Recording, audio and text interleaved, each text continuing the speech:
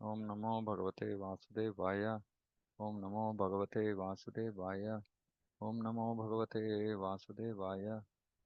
Narayanam Namaskritya Naram Chaiva Narottamam Devim Saraswatim Vyasam Tato Jayamudire. Ashtaprayeshu Bhadreshu Nityam Bhagavata Sevaya. Bhagavatir Shloke Bhaktir Bhavati Naishtiki. Om Agnanatimirandasya Gnananjana Shalakaya.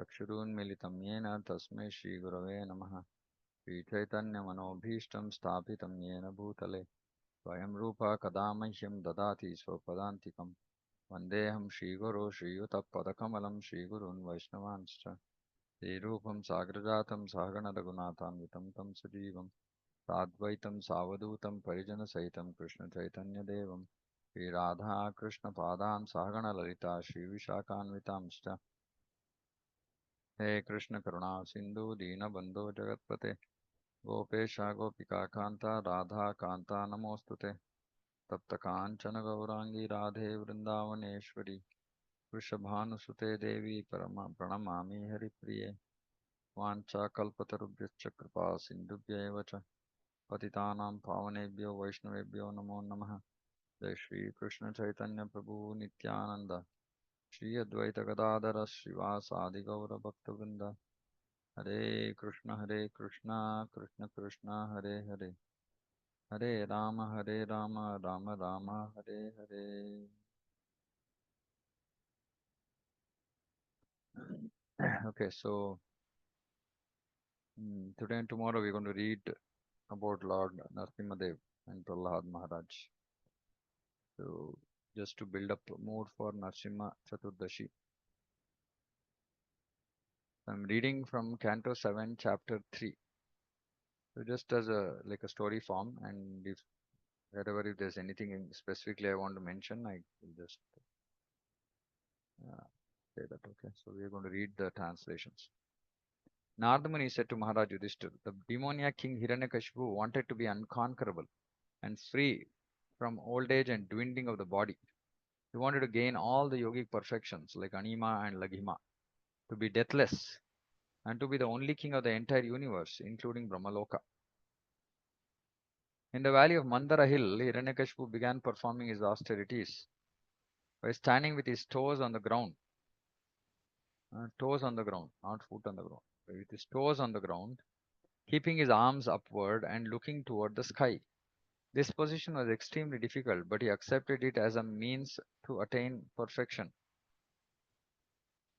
From the hair on Hiranyakashipu's head there emanated an effulgent light as brilliant and intolerable as the rays of the sun at the time of dissolution. Seeing the performance of such austere penances, the demigods who had been wandering throughout the planets now returned to their respective homes.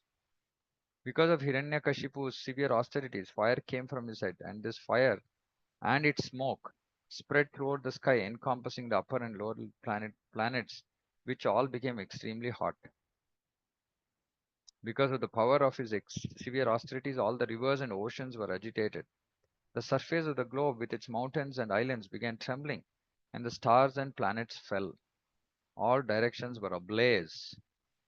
Scorched and extremely disturbed because of Hiranyakashipu's severe penances, all the demigods left the planets where they reside and went to the planet of Lord Brahma, where they informed the Creator as follows: O Lord of the demigods, O Master of the universe, because of the fire emanating from Hiranyakashipu's head as a result of his severe austerities, we have become so disturbed that we could not stay in our planets, but have come to you. O great person, chief of the universe, if you think it proper, etiquette. If you think it proper, kindly stop these disturbances meant to destroy everything before all your obedient subjects are annihilated. Hiranyakashipu has undertaken a most severe type of austerity. Although his plan is not unknown to you, kindly listen as we submit his intentions. Supreme person within the universe, Lord Brahma has gotten his exalted post by dint of severe austerities, mystic power, and trance. Consequently, after creating the universe, he has become the most worshipable demigod within it. Since I am eternal and time is eternal, so he's thinking about himself as the soul. Since I am eternal and time is eternal, I shall endeavor for such austerity, mystic power, and trance for many, many births, and thus I shall occupy the same post occupied by Lord Brahma. So he wants to take up the position of Brahma. And he's ready, and he knows that since I am eternal, time is also eternal. So I shall endeavor for such austerity, for many, many births. And thus I shall occupy the same post occupied Lord Brahma. By dint of my severe austerities, I shall reverse the results of pious and impious activities. I shall overturn all the established practices within this world. Even Dhruvaloka will be vanquished at the end of the millennium.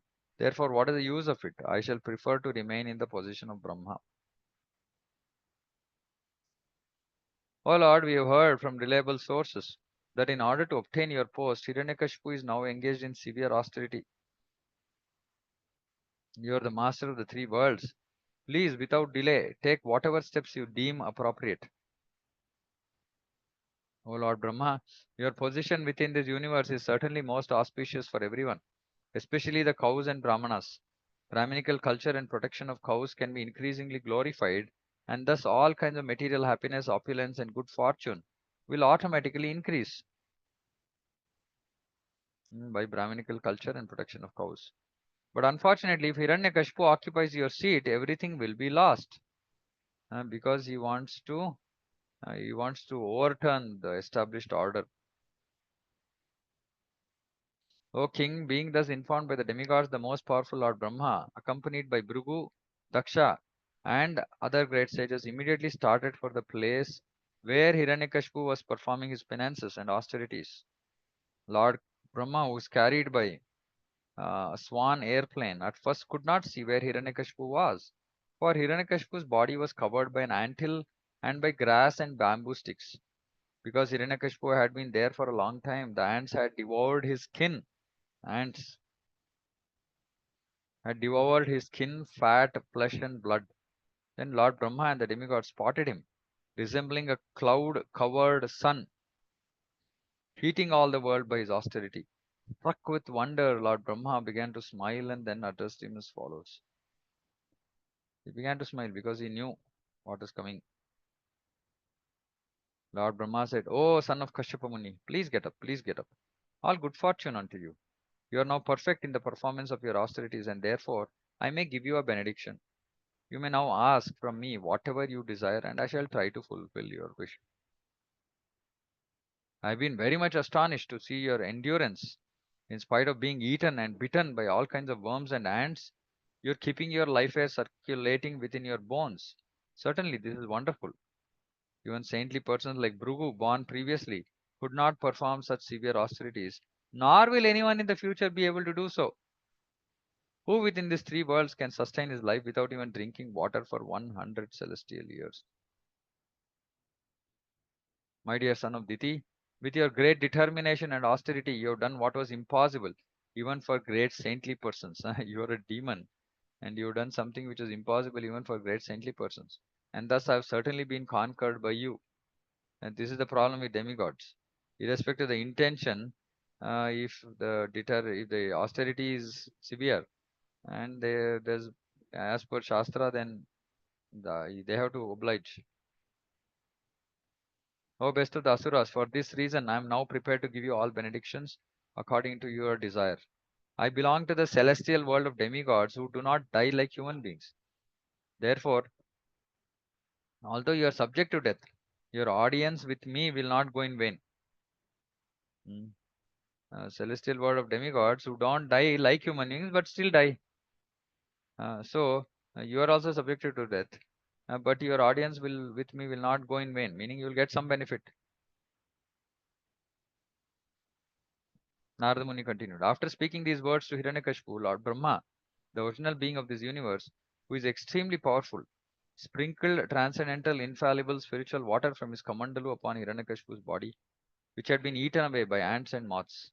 Thus he enlivened Hiranyakashipu. As soon as he was sprinkled with the water from Lord Brahma's water pot, Hiranyakashipu arose, endowed with a full body with limbs so strong that they could bear the striking of a thunderbolt. With physical strength and a bodily luster resembling molten gold, he emerged from the anthill a completely young man, just as fire springs from fuel wood. Seeing Lord Brahma present before him in the sky, carried by his swan aeroplane, Hiranyakashipu was extremely pleased. He immediately fell flat with his head on the ground and began to express his obligation to the Lord. Then, getting up from the ground and seeing Lord Brahma before him, the head of the Daityas was overwhelmed by jubilation. With tears in his eyes, his whole body shivering, he began praying in a humble mood with folded hands and a faltering voice to satisfy Lord Brahma. So he then makes a series of prayers, which generally treating Lord Brahma as the Lord himself. Mm. Yeah, O my Lord, O best of the givers of benediction, if you will kindly grant me the benediction that I desire, please let me not meet death from any of the living entities created by you. Mm. So no created living entity will should kill him. Grant me that I not die within any residence or outside any residence, during the daytime or at night, on the ground or in the sky. Grant me that my death not be brought by any other, okay, by nor by any weapon, nor by human being or animal. Mm. So not inside, not outside, not daytime, not night, not ground, not sky, not any weapon, not human being, nor animal, nor any living entities created by Brahma.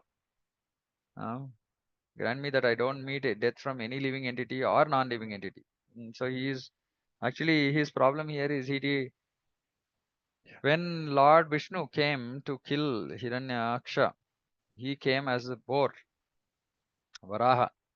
So Hiranyakashipu thought that okay, Lord Vishnu has fallen now from his spiritual position and has become taken a material body because he took the body of a boar.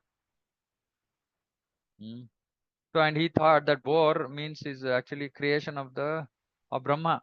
All material jivas are creation from Brahma. So he's saying any living or non-living being within this material universe, let it not kill me. So he did not think about this. He did not know clearly the position, supreme position of the Lord. And then he says, okay, not just so any living entity, non-living entity, so that it should not be killed by any demigod. He thought maybe demigod demons are they differently treated. Anyway, just to protect himself, he said, it should not be killed by any demigod, demon, or any great snake from the lower planets.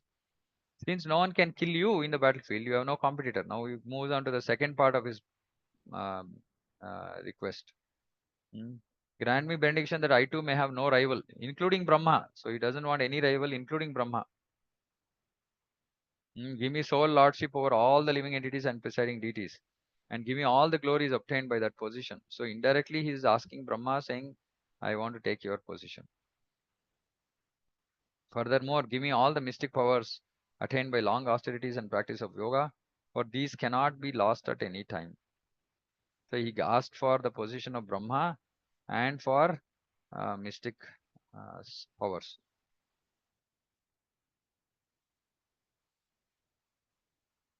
Narad Muni continued, Lord Brahma was very much satisfied by Hiranyakashipu's austerities, which were difficult to perform.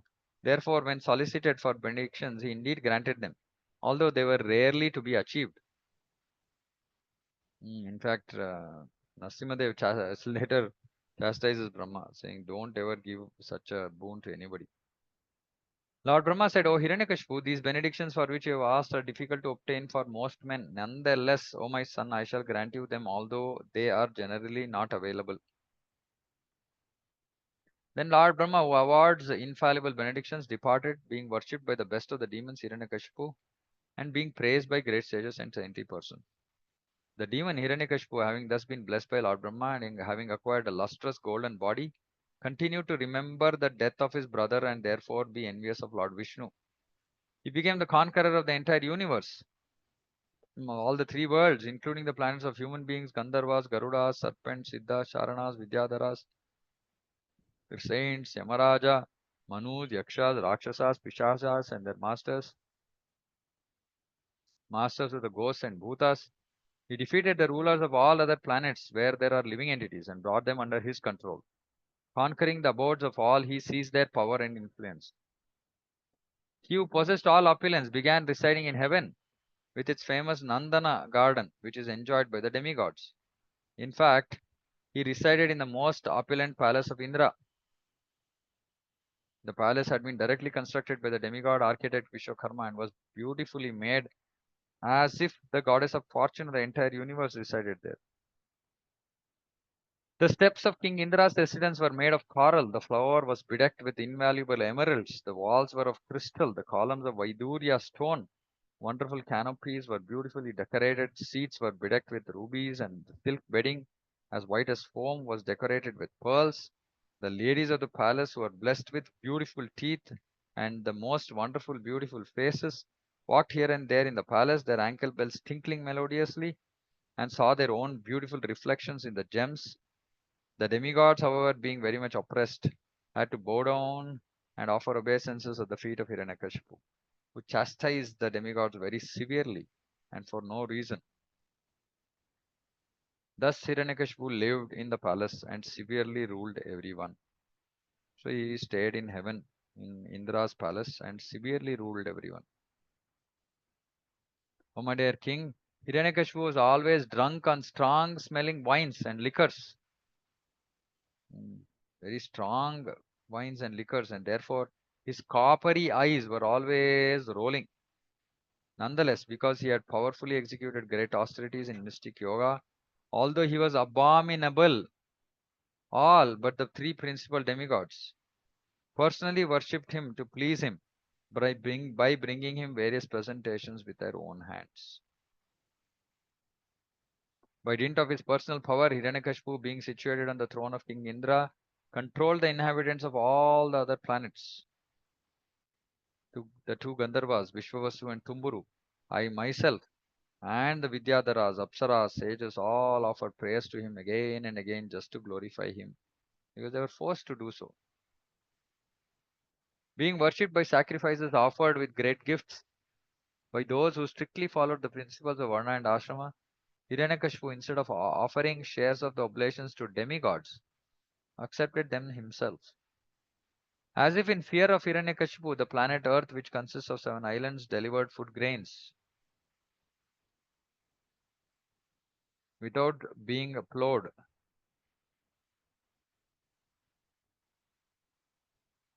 Thus it resembled cows like the Surabhi of the spiritual world or the Kama Dugha of heaven.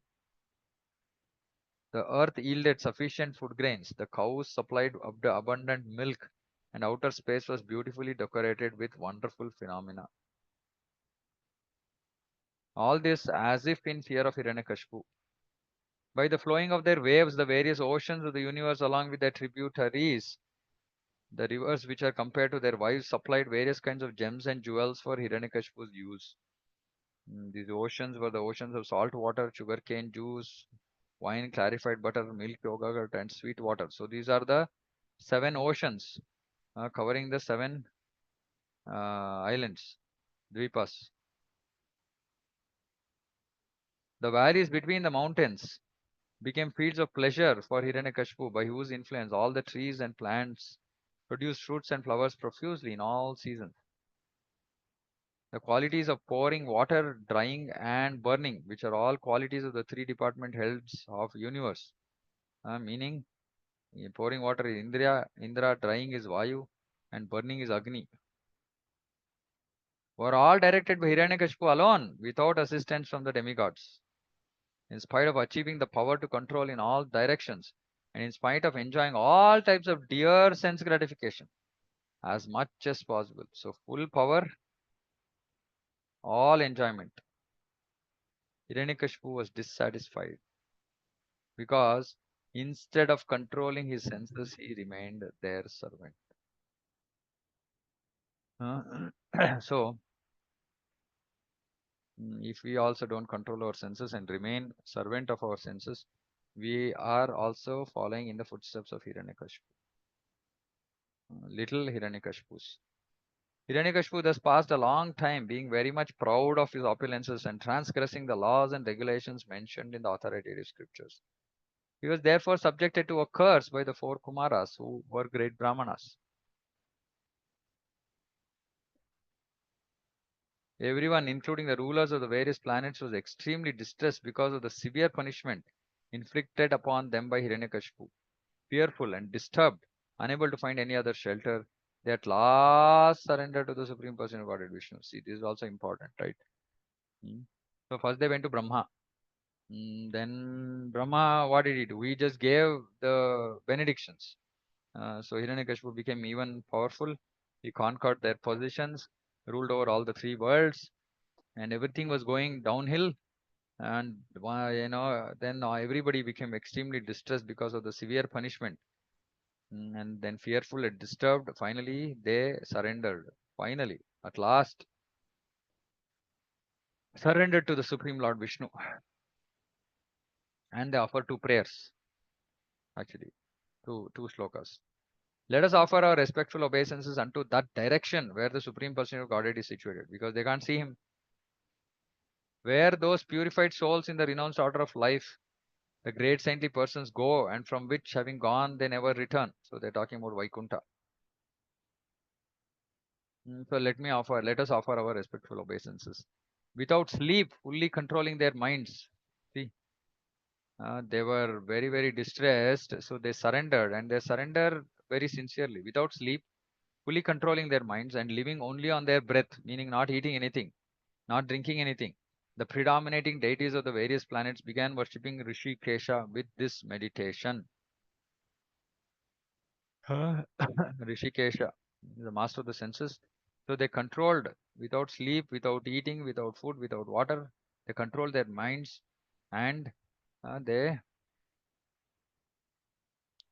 worship. They began worshipping Rishikesha with this meditation.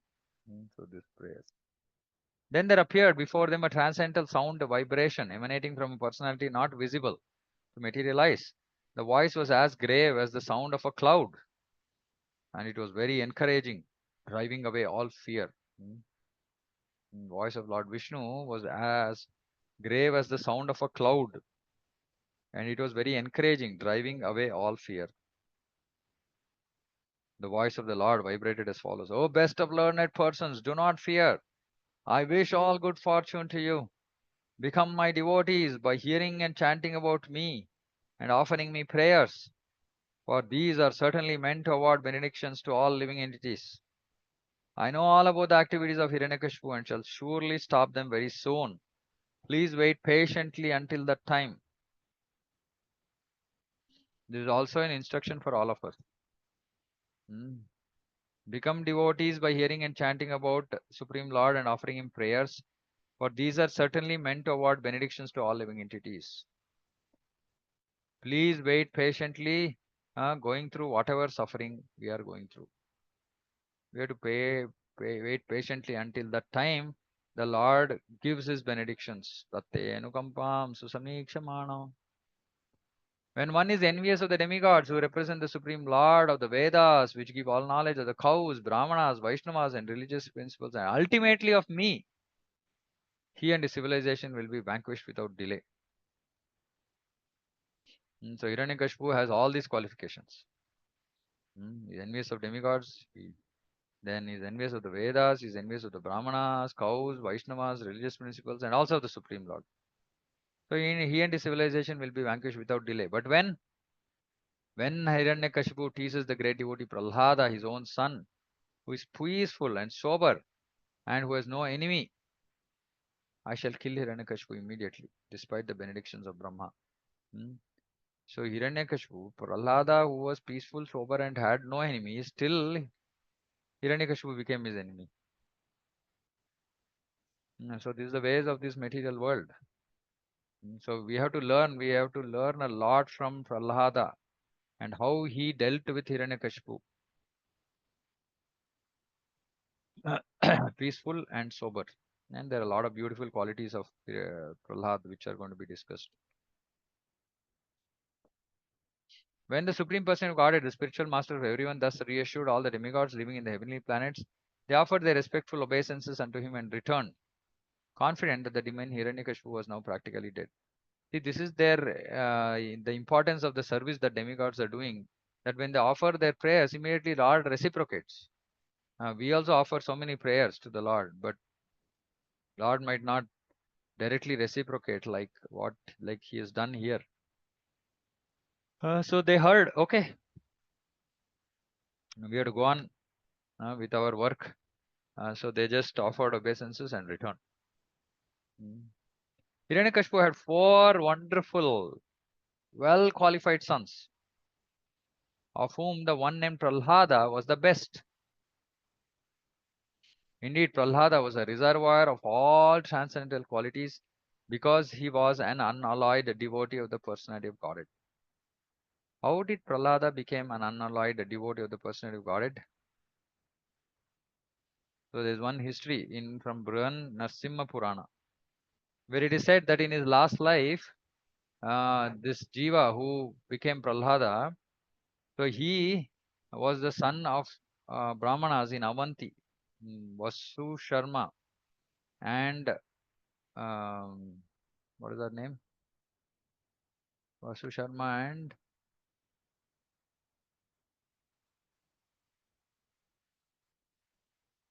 mm,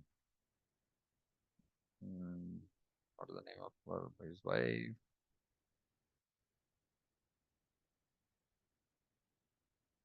I can't remember. So his name was Vasudeva. So Vasu Sharma was his father. I can't remember his mother's name. Vaishali, no, I don't know. And Vasudeva was his name. So Vasu Sharma had five sons, out of which the four were very well behaved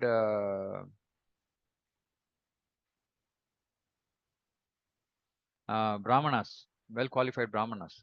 But this fifth son, who actually subsequently became Prahlada, he was not that qualified. He actually became attached to a prostitute. And one day it so happened that there was some argument between prostitute and this fifth son, and they had some argument. So because of that argument, they became upset with each other and remained awake the whole night without talking to each other, without eating, without doing anything. And fortunately for them, that was uh, the night of Narsimha Chaturdashi Vrata. And so they remained awake the whole night. So in one sense, they did that vrata. Because they didn't eat anything, they didn't sleep, they didn't drink water, they didn't speak, and they remained awake the whole night. This was the benediction of having done this Narsimha Chaturdashi Vrata, that he got the opportunity to, he got connected with the Guru. So because of his bad life, he became born as the son of Hiranyakashipu, Asura. And because he was lived life with a prostitute, so all very sinful. So because of his sinful activities, he became son of Hiranyakashipu. But because of that one act of Agnata Sukriti, without knowing, he got the benediction to hear from Narada Muni. So that will be described later, that when Hiranyakashipu had gone to do austerities in Mandara Hill, so all the demigods come and actually conquer the Asuras. And then Indra sees that, Hiranyakashipu's wife Kayadu is pregnant. And so he thinks, oh, uh, if if this son is born, then he'll be an Asura and he'll be further later disturbance for us later. So let us kill him. So they wanted to wait till the son is born. So he is taking Kayadu in his custody so that, they can kill the son when the son is born. But then on their way, they meet Narada, who says that no, whoever is there in the womb of Kayadu is not a demon, but he is a great devotee, Prahlad. And having heard that, then Indra circumambulates, all the demigods circumambulate Kayadu and then leave her in Sri Narada Muni's care. And Narada Muni takes her to his ashram and then every day gives knowledge of, Sambandha Videya Prayojana, Gnana to to Kayadu. And then as Kayadu is hearing, Prahlada in the womb of his mother is also hearing all this knowledge, and thereby he got Narada Muni as his guru. That was the result of his vrata that he did. So should all try to do the Narsimha Chaturdashi vrata as given by Srila Prabhupada and our Acharya. Hmm. Now, qualities of Prahlad Maharaj. Very beautiful. Okay. He was completely cultured as a qualified Brahmana.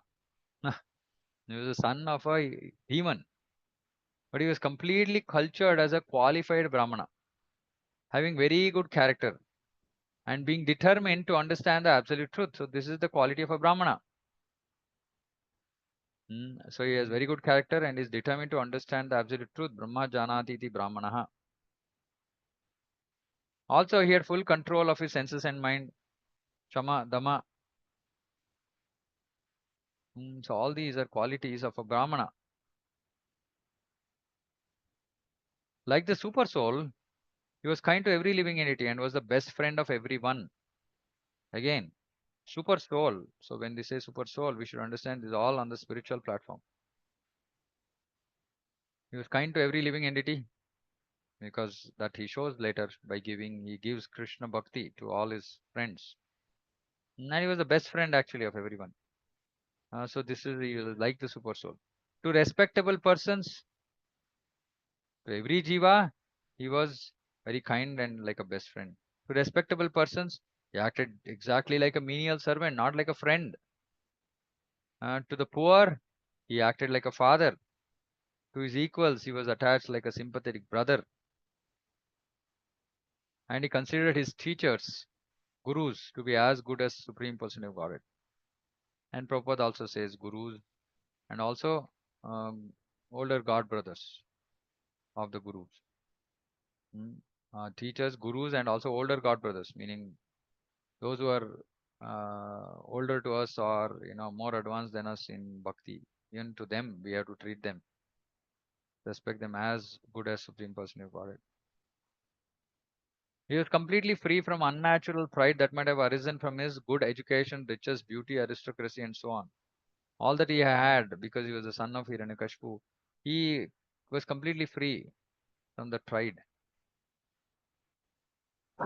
Although Prahlada was born in a family of Asuras, he himself was not Asura but a great devotee of Lord Vishnu. So these are just good cultured material qualities. But above everything, he was a great devotee of Lord Vishnu. Unlike the other Asuras, he was never envious of Vaishnavas. He was not agitated when put into danger. So now these are the qualities of a devotee of Vishnu. Non-envious of other Vaishnavas, not agitated when put into danger, neither directly nor indirectly interested in fruitive activities. Indeed, he considered everything material to be useless, therefore he was completely devoid of material desires. Always controlled his life senses and life air, and being of steady intelligence and determination, he subdued all lusty desires. So how to subdue lusty desires? Steady intelligence and determination. Mm. So this is important. Steady intelligence, meaning when we hear things about, this Brahma Jnana, that okay, we are not this body, we are spirit, soul, we are part and parcel of Krishna, we are servants of Krishna. We are not here for enjoyment. Actually, only Krishna has to enjoy. We are just his servants. And by engaging in activities of material happiness, we will entangle ourselves, deprive ourselves of the opportunity to go back to Krishna and serve him in the spiritual world. This is all intelligence, this is knowledge, and based on this knowledge, intelligence comes saying that okay, I should not engage in sense gratification. Now, the important thing here is steady intelligence. Our intelligence is unsteady because we are in the affected by modes of passion and ignorance, mostly passion. Unsteady intelligence means passion. Um, but if we have to subdue our all lusty desires, then we have to have steady intelligence and determination, both in the mode of goodness. Mm. So because he had steady intelligence determination, he always controlled his senses and subdued all lusty desires. So very important. Steady intelligence determination. Please note this. Steady intelligence and determination.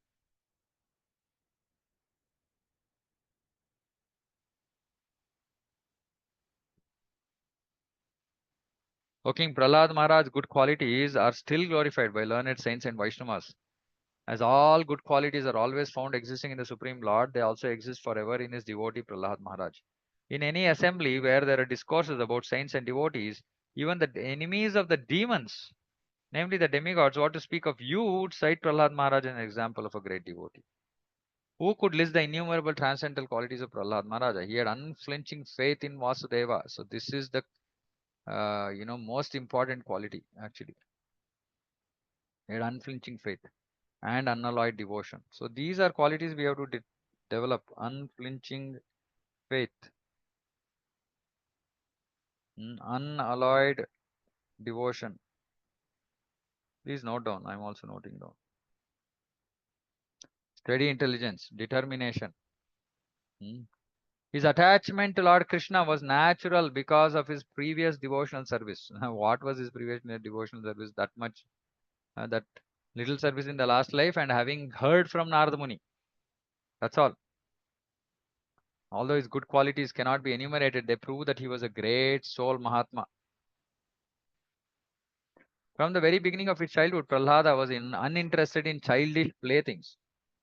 Indeed, he gave them up altogether and remained silent and dull, being fully absorbed in Krishna consciousness. Since his mind was always affected by Krishna consciousness, he could not understand how the world goes on, being fully absorbed in the activities of sense gratification.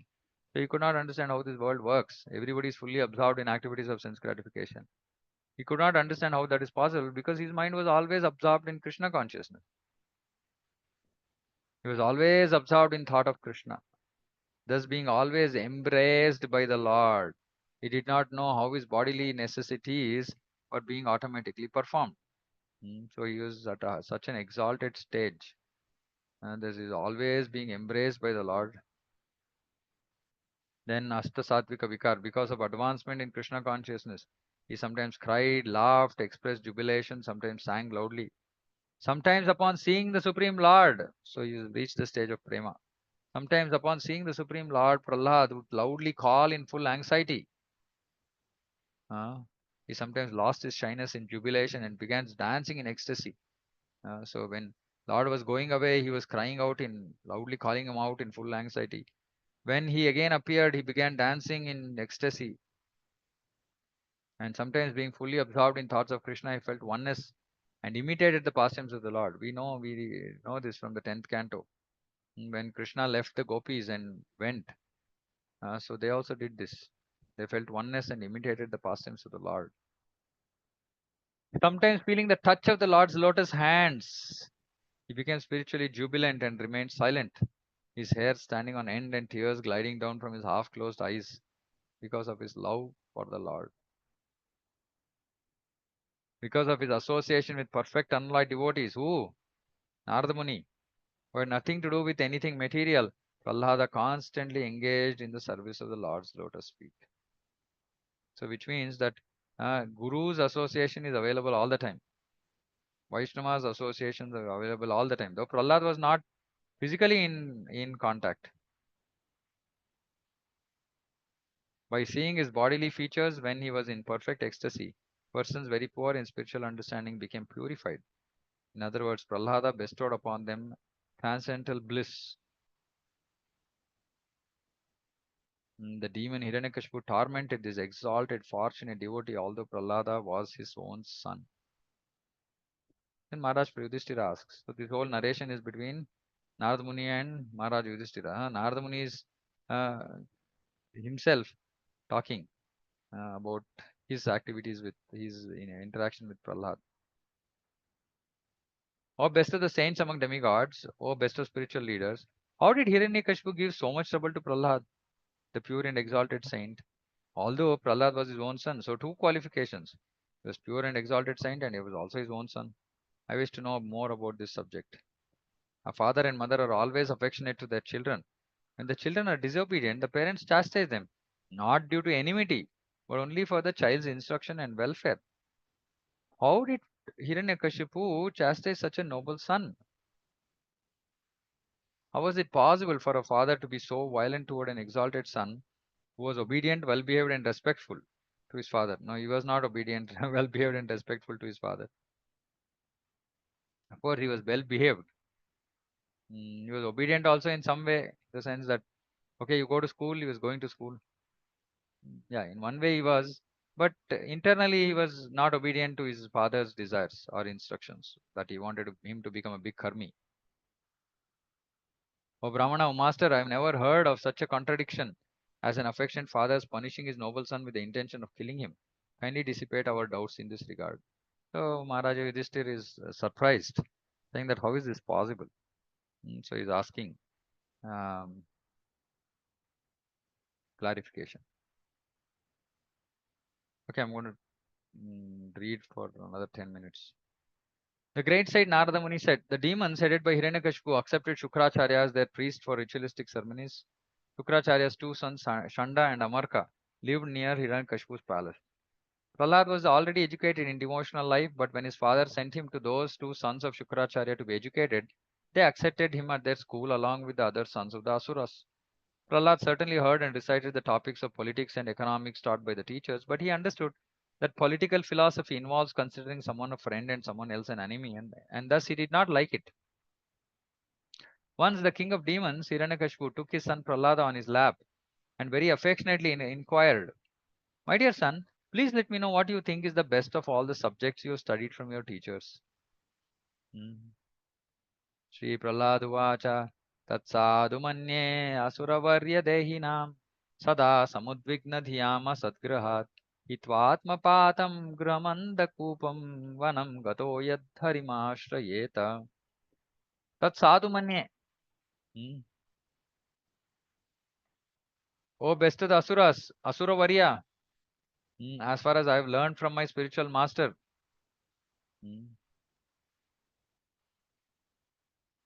any person who has accepted a temporary body and temporary household life is certainly embarrassed by anxiety, samudvigna dhyam, asat grihat, because of accepting this asat griha, temporary body. Dehinam, of those who have accepted material body, meaning of the living entities here who have accepted asat grihat. Then samudvigna dhyam, so they are always full of anxieties. So what kind of well? They are hitva atma patam grimanda kupam. So they have fallen into the well, dark well where there is no water, but only suffering. Grimanda kupam. What should they do? Vanam gata yat harimashrayeta. One should give up this position and go to the forest vana and take shelter of the Supreme Lord. So Prabhupada is saying one should go to Vrindavan and should take the shelter.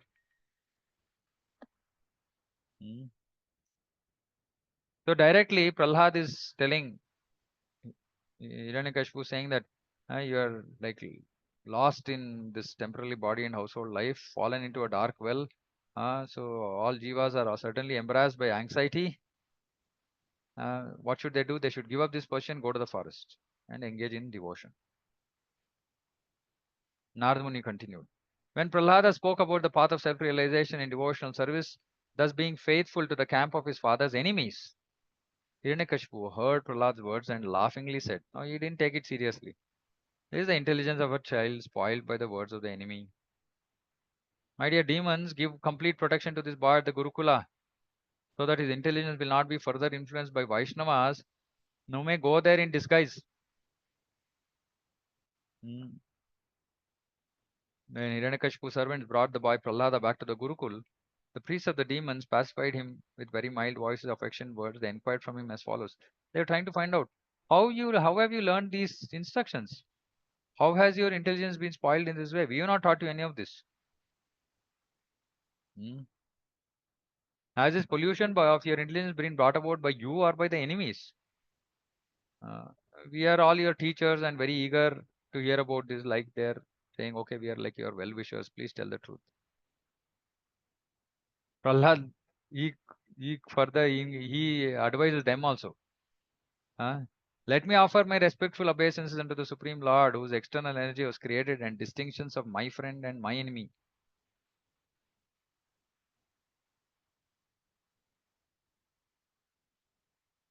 Mm.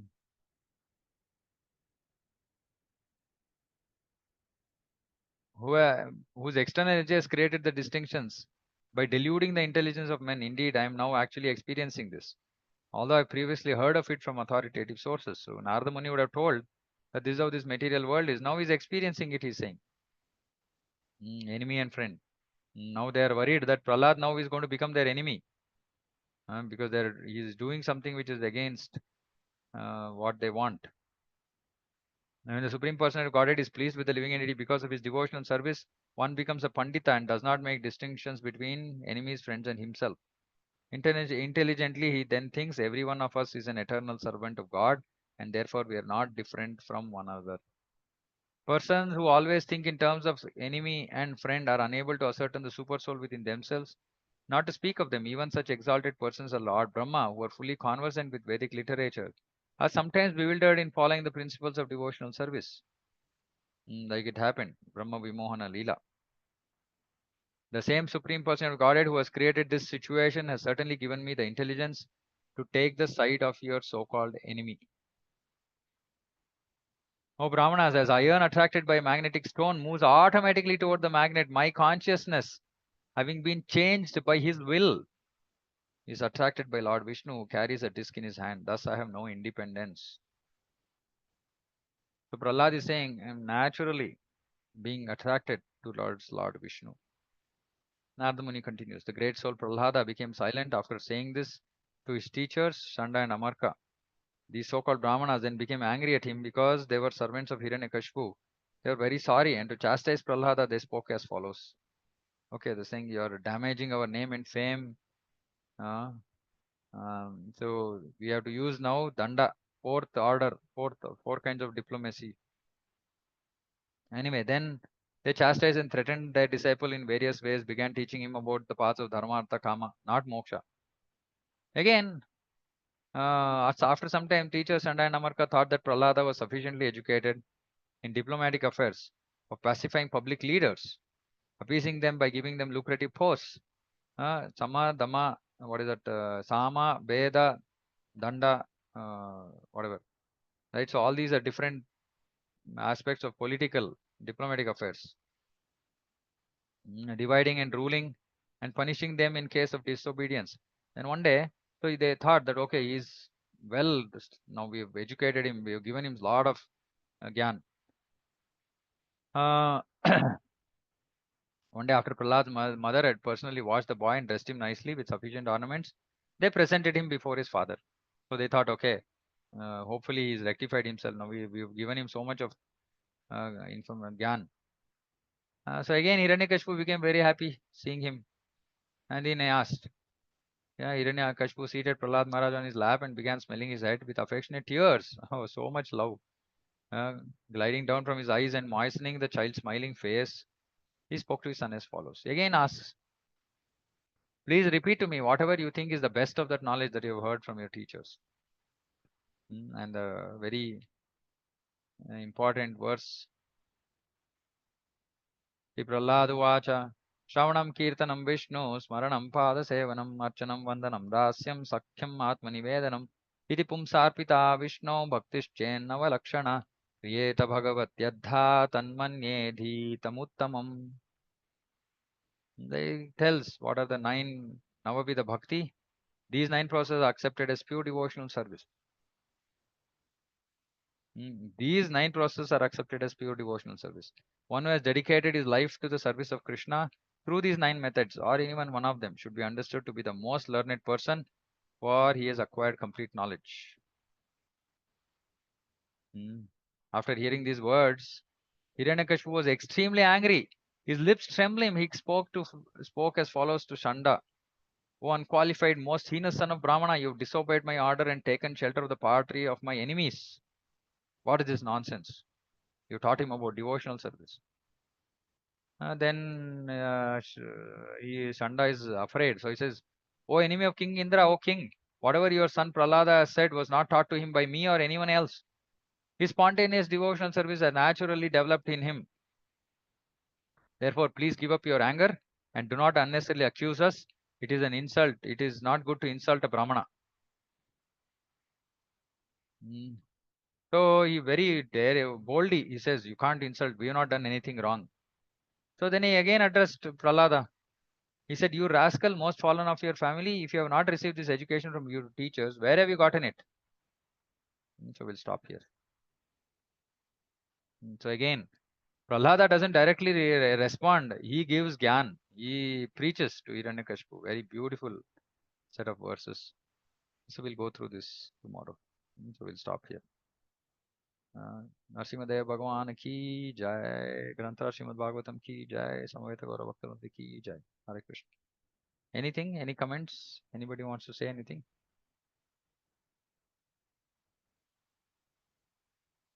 Hare Krishna, Prabhuji. Hare Krishna. Prabhuji, when demigods go to Lord Vishnu